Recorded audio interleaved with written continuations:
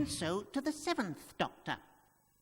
After the trauma of the cancellation crisis and the suspension of the series, Doctor Who returned to our screens in 1987. Expectation was running high for the new Doctor, and the future of the Time Lord rested on the padded shoulders of children's TV star Sylvester McCoy. As Gorbachev and Reagan met in Washington, Thatcher won her 3rd term. Sylvester's brightly sprightly Doctor arrived to fight the good fight. As we all know, first impressions count, but appearances can be deceptive. Sylvester McCoy came along after Colin Baker at a time when the future of Doctor Who was looking a little bit insecure, if you like. Sylvester McCoy was a great physical comedian, brilliant to look at. Always thought if you walked into a room, you'd say, he looks like Doctor Who. Well, he was slightly reminded me of Patrick Troughton. He was rather impish. I'd heard on the news that Colin Baker was leaving, and so I got in touch with my agent and said there's an acting job going at the BBC.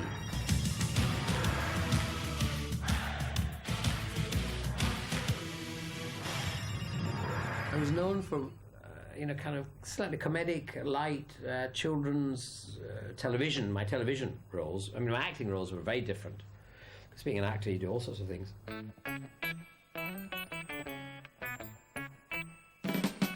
So I had to prove that I could be powerful or take on an adversary. I did actually, on a piece based on taking on Margaret Thatcher and winning. And I won. Some people call me the space cowboy. There are so few intellectuals about these days. I think he had a big job of getting Doctor Who, in the public's mind, back on the rails after that turbulent time. He started off as a kind of comedic, chaplainess type of Doctor. By the time this all went out, I sadly had become a very jaded, cynical Doctor Who fan and was beginning to think, the shine's going off a bit. Nothing to do with Sylvester, but just everything looked a bit bland. This is naff. Sylvester's era is very difficult in Doctor Who's history because, of course, it's the end. It started off very lightweight. Oh. I realised in the first season that, in fact, I wanted my Doctor to be darker. I wanted him to be mysterious. I wanted to bring back that mystery and uncertainty that had been the early Doctor's role. On the last few stories they did, it was back to where it should be. The Doctor was dark. The Doctor was almost sinister. He was mysterious. He had plans. He didn't have to let you know them. He had control of the situation. He would play it his way. And if you got caught in the crossfire, that's your misfortune. My first assistant was Melanie, played by the glorious Bonnie Langford. Oh. By the time I joined the show, Bonnie Langford had been with it for quite a while. I didn't watch a great deal of TV, oddly enough, for somebody who became a television script editor, so I didn't know anything about Bonnie.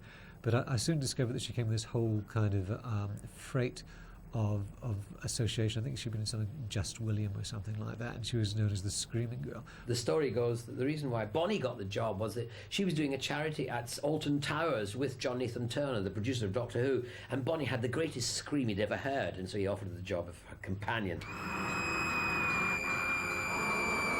I had worked with Bonnie in an operetta, The Pirates of Penzance at Drury Lane, and we worked together for 9 months. I married her every night and twice on Saturdays. Oh. So I knew Bonnie, and it was great. She helped me, in a way, take over the role. You know, it was good to have a friend inside and this astonishing role that I was given. Oh, really, Mel, it's fascinating. And then Bonnie decided that she was going to leave. I suppose it's time I should be going. We were keen to move on, not from Bonnie so much as from the character that she was portraying. Oh, all right, you win.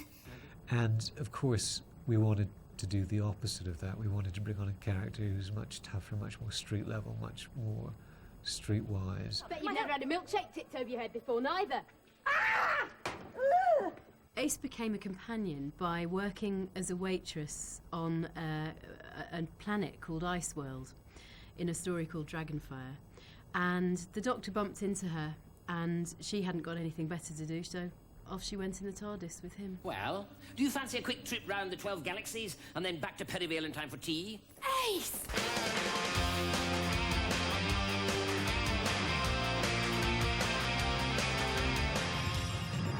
I think Dragonfire was in quite a revolutionary, a very different kind of Doctor Who season. In terms of plot, it's kind of going back to how Doctor Who used to be. It's a bit scary, it's got a good villain, it's got quite a gory demise for the villain. It introduces the Doctor's assistant Ace, who went on to become one of the most popular assistants ever in Doctor Who. Ace!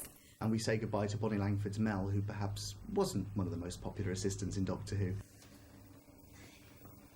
Ace, where do you think you're going?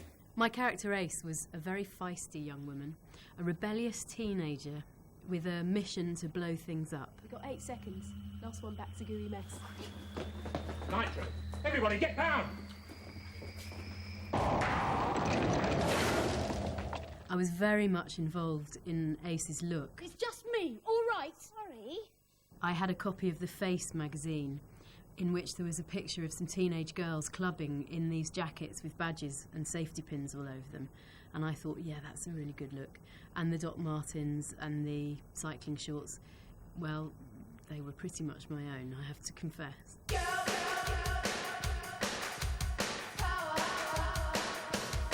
Initially on Dragonfire, we literally read the script. I did a bit of background work, and Sylvester and I were just very much getting to know each other. But we did click as people as well as characters. And there's one scene where we're meant to be going down this icy corridor. Down there! Suppose so. Ah! It's quite interesting because the director was never quite clear how we should behave on ice. And I was slipping around all the time. Now, unfortunately, the others had either forgotten we were going to do this or didn't want to do it. So they're kind of just walking along. If you watch very carefully, you can see me going soup, soup, soup, and other actors just walking on the ice as if it wasn't ice. The ice acting was left a lot to be desired. Oh. Another thing about it was we had a cliffhanger. I think possibly one of the worst pieces of logic in our whole series together. I hang by an umbrella off the edge of an iced cliff. It just seemed that Sylvester was arbitrarily climbing out into space, clinging on.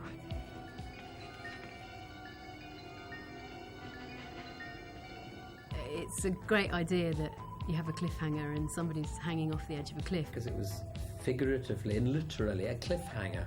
And that's very Sylvester. However, unfortunately, the reason for him hanging off the cliff was cut out of the final edit. In the script, what happened was perfectly clear, but perhaps a little difficult to express. What was meant to happen was something like... He's climbing along the ice cliff, and he reaches a point where he can't go forward, can't go back. If you're a rock climber, you know, this is a familiar thing, you're stuck.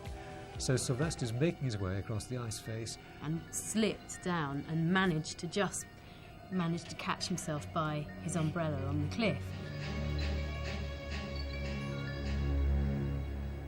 We get asked that question more often than anything else. Why did he do that? And the answer is, in the script it was perfectly clear, and one of the many jobs that director has is to express the meaning of the script. In this case, that didn't happen. So there you go. I'm a joker, I'm a grinner, I'm a lover, and I'm a sinner.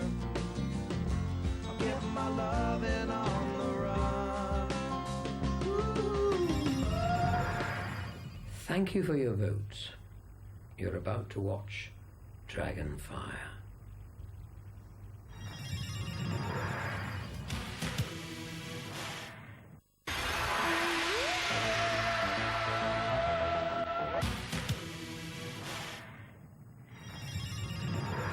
Despite the youth of the wet vet, the inevitable time came for the fifth Doctor to regenerate, and that time was 1985. Parts of the world were facing famine, while the rest of it made a song and dance of it. A new borough was opened in London, and a half-woman, half-monster was desperately seeking something. Back at Gallifrey, it was clear Colin Baker was going to have his work cut out, both inside and outside the TARDIS. I think Colin Baker, in whatever story he's in, puts in a wonderful, powerful performance as the Doctor.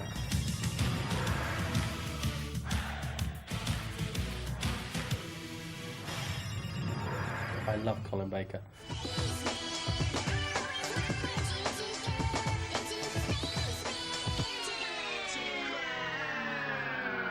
Colin's Doctor was always fantastic. He was loud, he was brash, he was alien, as the Doctor is. This is me, Perry. In retrospect, I like Colin Baker, actually. I like him more as a person than I did as a Doctor, actually. He's very friendly and a very accessible bloke. I don't know if you've ever met him. But no, he's great, and he does a lot for the programme. Repair the chameleon circuit. My Doctor, being the 6th, had the advantage of having 5 Doctors before him that I was able to study. Changes. It's gonna have to be a different man. Time may change me, but I can't trace time. But it's a very difficult role to take on. I mean, there's so much baggage attached to the character to know where to start, really, to try and make it your own without completely cutting all ties with what's gone before. Doctor? You're expecting someone else? I wanted to find the darker side, because there is a cost to be paid when you're constantly being that masked stranger who rides into trouble and then rides out when it's all sorted. So there is an opportunity to create a fairly complex character.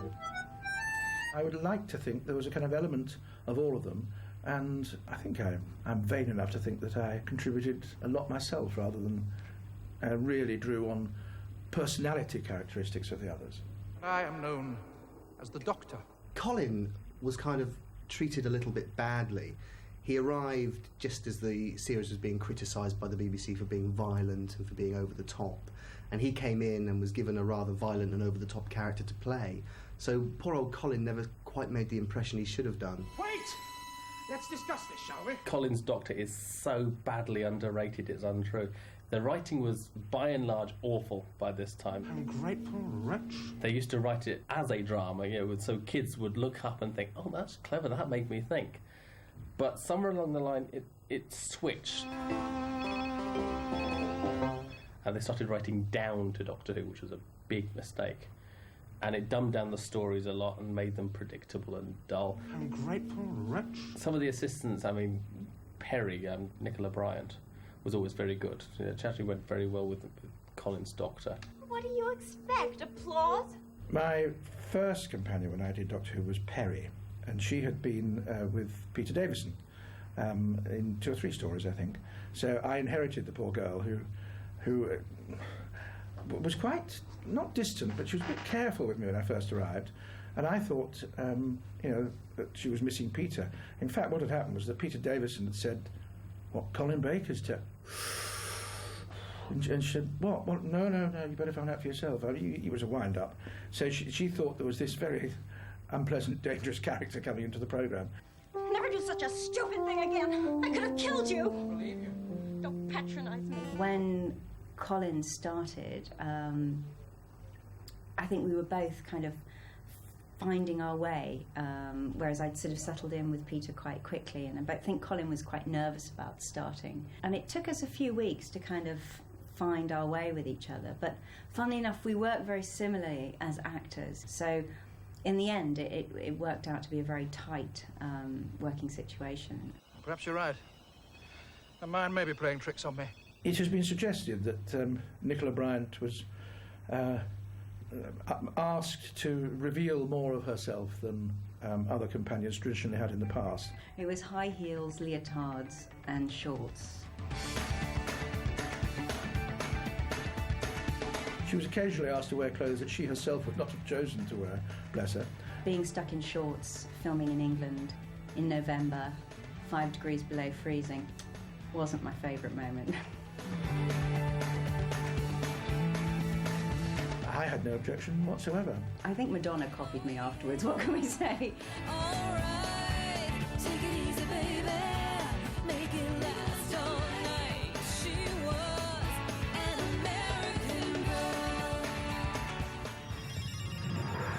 had this vast multicoloured monstrosity on, which, to be honest, I never really cared for. It wasn't my idea of what my Doctor should wear. I thought it should be something kind of austere and black and forbidding. But totally tasteless is what it had to be. So totally tasteless it was, to match my performance, some would say. Oh, yes. I'm a fool. Of course I am. Attack of the Cybermen was the first story where we got a proper look at the new Doctor, played by Colin Baker. I remember it was a very exciting day. I finished my 7th birthday party early so I could watch it with my friends.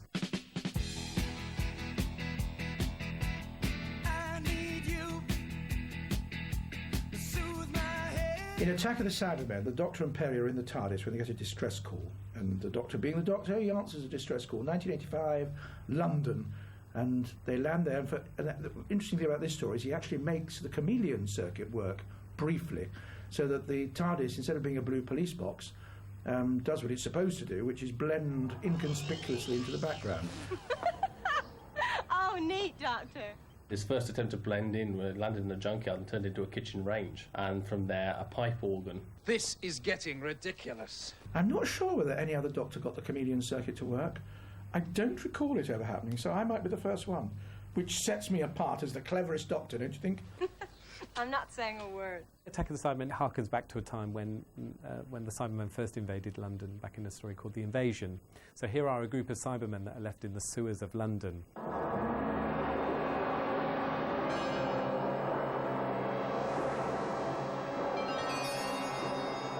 It's got Cybermen hiding in the sewers and killing people, which, frankly, is all you really need from Cybermen. They're a great monster, and in this particular story, they're totally evil. They just go around hurting people. There was a particularly violent scene in it, which I thought was really unwarranted. I think I gave the signal. His hand was squeezed, and it was very unpleasant, and you saw blood dripping, and he was screaming in agony, and I thought this is really not the thing for children. Lots of people at the time went, oh, gratuitous violence, we don't need that.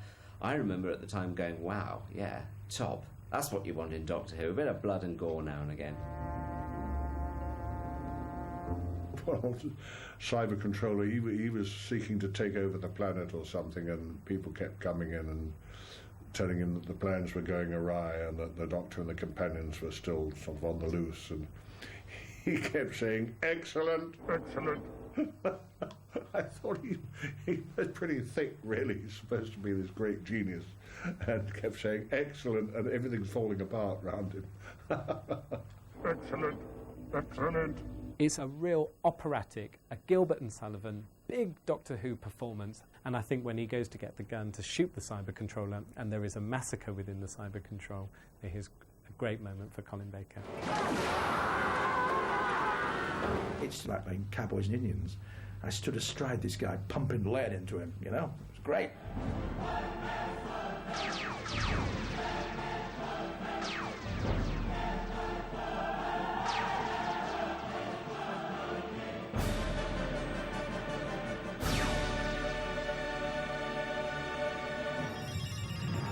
Thank you for your votes. You're about to watch Attack of the Cybermen.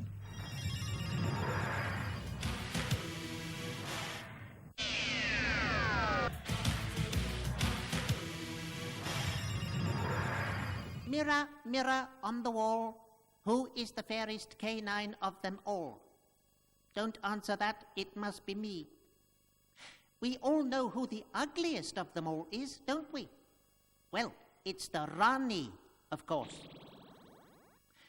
We mustn't forget that the main mission of the Doctor is to protect the world from evil forces and evil doers, which has brought the Doctor face to face with some ugly bugs during the way.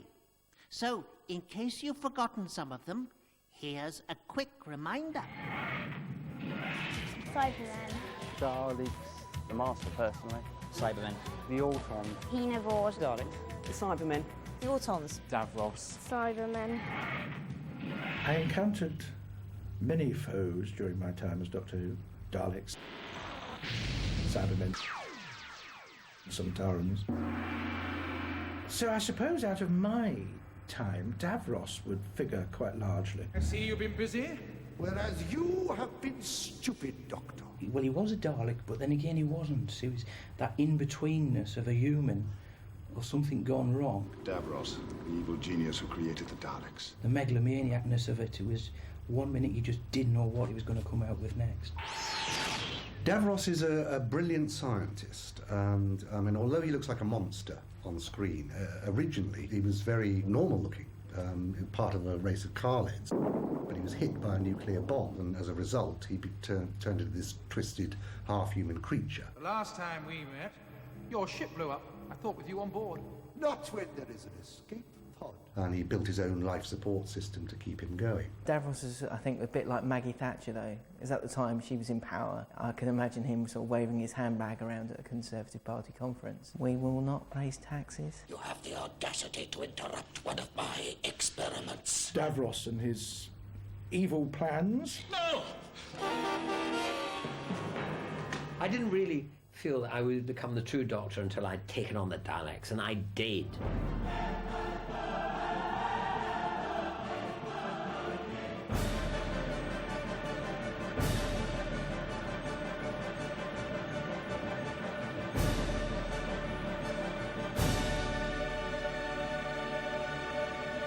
I was absolutely petrified of the Daleks. I mean, really scared.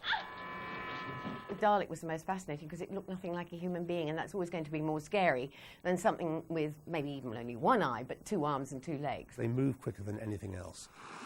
That pure gunmetal grey battleship and, approach that they have, that sort of solidity, and there's just absolutely nothing good about them. It's an upturned pepper pot, with a sink plunger, clearly. And yet there is something utterly alien, inhuman, and kind of scary about it. At the time when you're 7 or 8, they scare the pants out of you. They really do. If you see 3 or 4 Daleks coming down a corridor at you, it's a frightening prospect. Exterminate. If something like a Dalek came peddling into this room and you'd never seen one and you weren't au fait with them, I defy anybody to stand there and say, oh, look, there's a great big metal monster thing. Exterminate. They don't care about anyone else apart from themselves. You will obey me! All they want to do is kill and destroy. Exterminate. I think a lot of Doctor Who monsters reflect the times we live in. A lot of the best monsters like Daleks and Cybermen reflect our fear of technology. Eradicate them. What are they?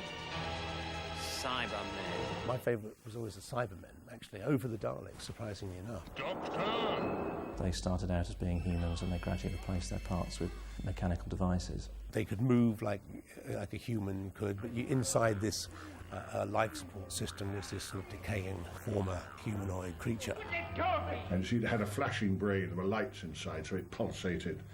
And I had a chin, can you see the mouth there? You see the mouth? I had a chin strap. So when the line was due to be uttered, I opened the mouth, the line was spoken, and then I shut it again. So it was a rather eerie effect. You will obey.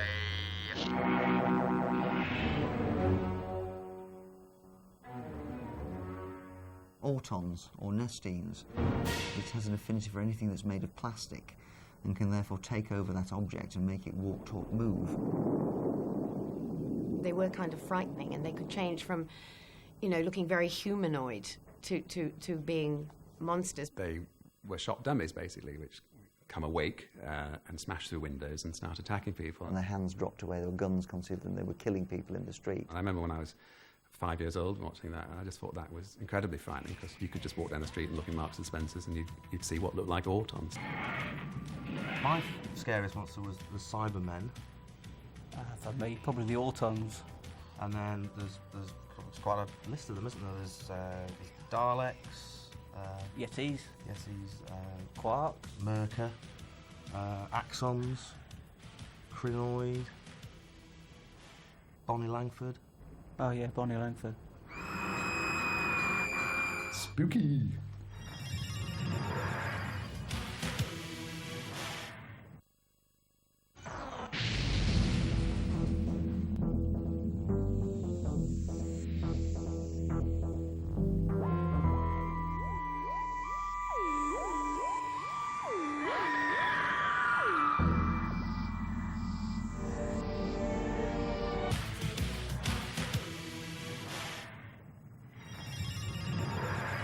we come to 1974 and my own Time Lord and Master, Tom Baker.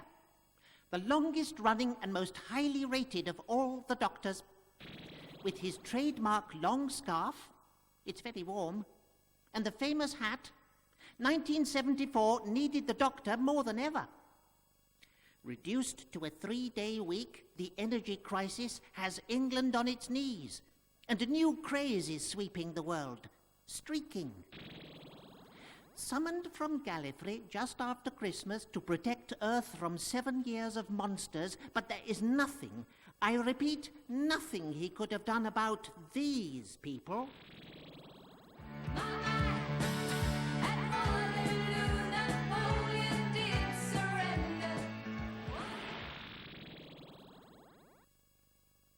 Tom Baker could achieve so much with just a look. There is Sutekh.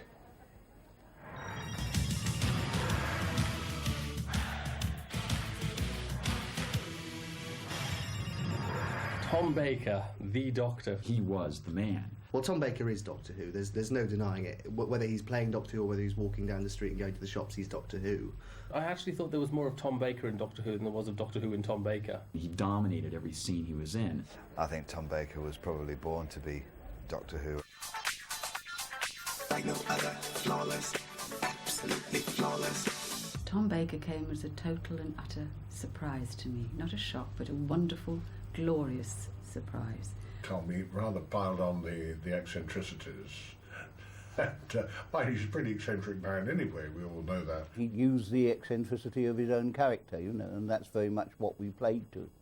And he just sort of bumbled his way through it, you know, very skillfully. The best way to suggest that I was an alien and came from somewhere else and had secrets, dark thoughts and wonderful thoughts, I thought the way to do that is just to be Tom Baker. If you've met the guy, he's insane. In a good way. He cottoned on to the fact that he wasn't human. So where someone would be very upset saying a line, he would turn it round and be quite happy saying a line that you were meant to be upset because he wasn't human. That, I thought, was brilliant. Listen! What's walking about out there is no longer your brother. It is simply an animated human cadaver. But just an amazing way of portraying an alien. That's what the Doctor's got to be. Alien and dead straight. Absolutely straight down the line. Really believable. It's got to be scary. I think if we actually dug into his genealogy, he's not from Earth. He's from somewhere else. The Earth isn't my home, Sarah. I'm a Time Lord. Oh, I know you're a Time Lord. You don't understand the implications. I'm not a human being. For 7 years, you know, you've got different generations of kids who only knew Tom Baker as the Doctor. He brought with him Doctor Who's hat, Doctor Who's scarf, he had K9, he had jelly babies. The scarf used to change almost weekly because it was, you know, torn on whatever alien planet or gravel pit they were in this week. Well, everybody said, of course, you know, with the hair and the teeth and all, it was the Harpo Marx thing. And of course, he was much bigger than Harpo Marx. Yes. I think the only weakness probably from Tom Baker's Doctor was the fact that that fourth Doctor stayed too long. Yes, yes, I always did. Some people think, as he went on, Tom got a little bit silly.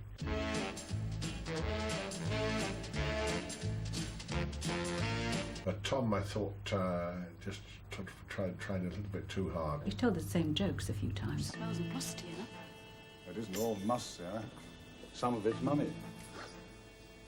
And perhaps that's true, perhaps he was becoming bored. But I think even some of Tom's more over-the-top silly moments are infinitely more watchable than most telly. So if that's a bad thing, it's not that bad a thing.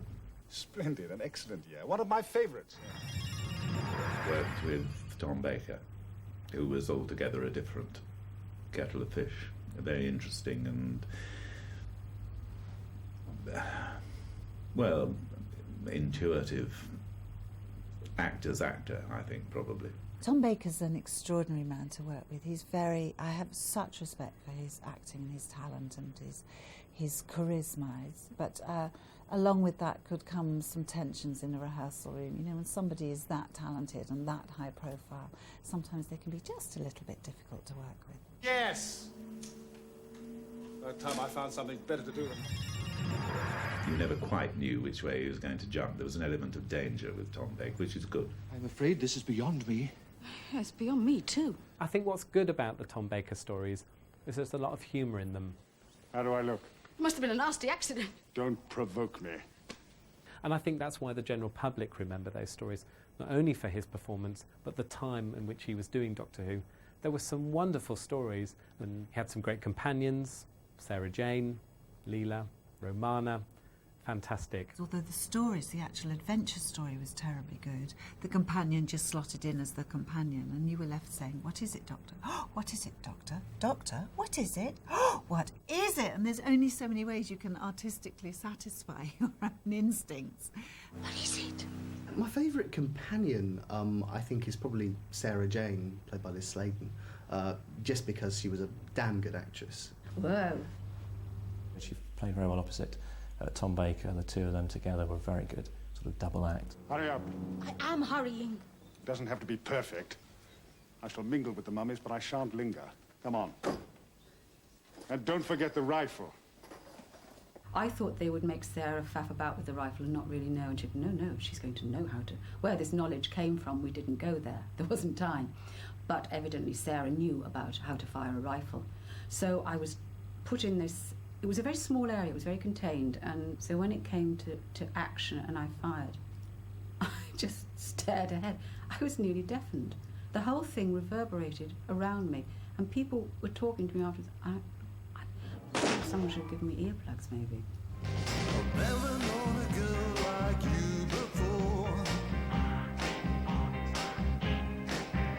What he was doing with the Doctor, it actually was so nice for me because it brought out another area of what is actually a very cut-out cardboard character. And I've never met a girl like you before.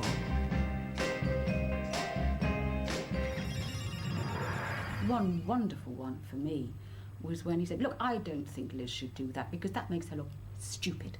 And he said, I would not go round in space with someone who was stupid. I thought, oh, yes, Tom, go Tom. Are you going to help, or are you just going to stand there and admire the scenery? I actually wasn't admiring the scenery. I was waiting for you to tell me what to do. There was a period during Tom Baker's era when the stories were just the best, probably, of all time.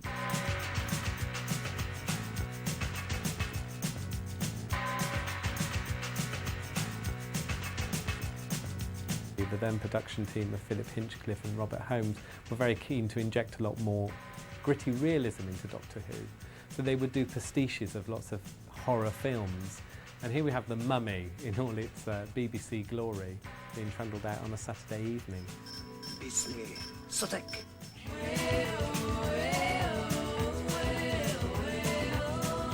The Pyramids of Mars was one of the very first Doctor Who stories I ever saw.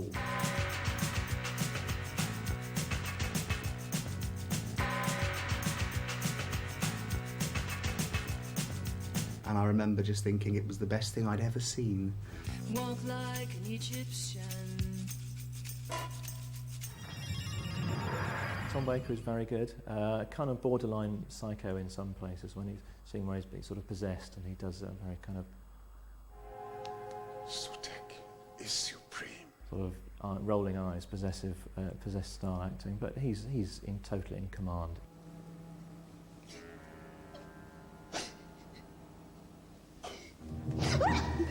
You're soaking my shirt. Oh, you're alive!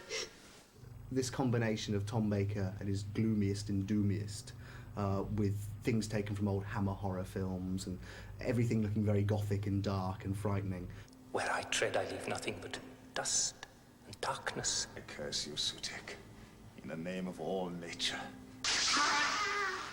Once again, he created a sense of urgency and just the way that, if I'm right, the world is facing the greatest peril in its history. The world is facing the greatest peril in its history. Something's interfering with the laws of the universe. I must find out what. Oh, it's just the Doctor.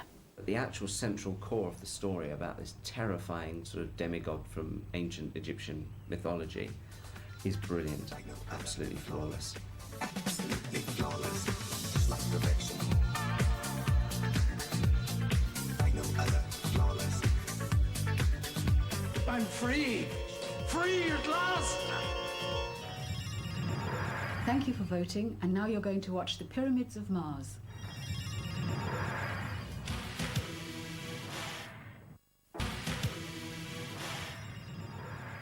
Welcome back. The regenerative powers of any doctor are unlimited, but why has he never been a she? In the parallel universes of the Doctor Who Unbound audiobooks, the rules are made to be broken. So as Arabella Weir prepares to take on the mantle of the Doctor in the latest adventure, we ask, should the Doctor be a woman? A lot of people have discussed whether or not they should have Doctor Who be a woman, and I think that's a mistake. No, you can't do that. Time Lords don't change sex. It's sort of like saying you could change James Bond or Sherlock Holmes into a woman. I don't think it's particularly necessary. No, I don't think so. I think the character of the Doctor works well with a female companion. Simple as that? No, not really. No, didn't think it could be. I'm not sure everyone would say that the Doctor has to be played by a man. I think it would be healthy, and I think it would be interesting, intriguing, fascinating. Well, why not? I mean, I don't see anything wrong in that. You see a male turning into a female, oh, it'd be super. I think there can be a female Doctor because, as Colin has said in the past, in every man there's aspects of the female gene. Possible it is. Desirable it isn't. For many years, they didn't show any women who were Time Lords, and then they did. So obviously, yeah, they do come in two sexes.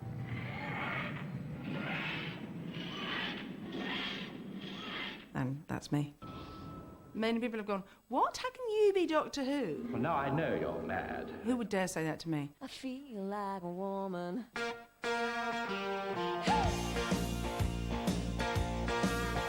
What we're doing today is recording a Big Finish audio play which features the first ever female Doctor. And it's part of a series we're doing called Doctor Who Unbound, where we break all the rules of Doctor Who. This is the Doctor Who Unbound series, so people are expecting us to do different things. A female Doctor had been something that had been rumoured for many years. Virtually every time they regenerated Doctor Who on television, hints were made because it always made a good press story. Joanna Lumley has been touted as a female Doctor. She did in fact play it in a charity sketch for children in need. This friend I have, he just went, oh God, it's fantastic, it's so exciting, you don't understand how cool this is. It's such an honour. I think if we hadn't done a female Doctor here, people might have almost been disappointed because they've been waiting for it to happen and waiting to see what it's like. Man, I feel like a woman. I always thought that in the John Pertwee era, he was such a dandy that if you just squinted at the screen sometimes and just leant back a little, you could almost imagine him being played by B. Arthur, Dorothy in The Golden Girls. Are you out of your mind? And if you just lower his voice an octave, maybe you can just imagine that we might have already had a female Doctor. And you've always known what you must do with a witch, haven't you? Yeah. Burn him! Burn him! Burn him! Burn him! This story is set on present-day Earth. Yes, you've been thinking it was just all some random squalid lifestyle you've been living just to escape the perverted justice of the Time Lords. She doesn't have a Doctor Who costume as such. She is trying to look very, very ordinary. Well, if I was playing Doctor Who on television, I don't know what she'd be wearing. She'd probably wear something quite utilitarian, but attractive. How do I look? Must have been a nasty accident. You see, and I'm going catsuit, really. Now, you couldn't see me in a catsuit, but then I probably wouldn't be playing you on television. You don't want to go full-on New Avengers, but you want something of that flavour. Utilitarian, but attractive. And I think catsuits are back in, with a tool belt, obviously. Bit of Bob the Builder, flavour of, you know, Catwoman. She wouldn't be wearing a skirt, because that'd be impractical. Perhaps a boiler suit, but that's a little bit 80s, isn't it? She wouldn't want her in a boiler suit. No, she was a different kind of Doctor Who. The female Doctor in this story doesn't, as such, have companions. I'd want a nice sort of 22-year-old Keanu Reeves or something, wouldn't I? And then we could have all that, oh, will they, won't they? But of course, as me being an old woman, they'd go, no, they won't. As long as it's an eccentric middle-aged character actor, it's going to work. What? There must be about 400... Yes, about 450 years old. Certainly my friend, who's a huge fan of Doctor Who, didn't go, strictly speaking, it should never be a woman. He went great. Doctor Who! I've got the seal of approval.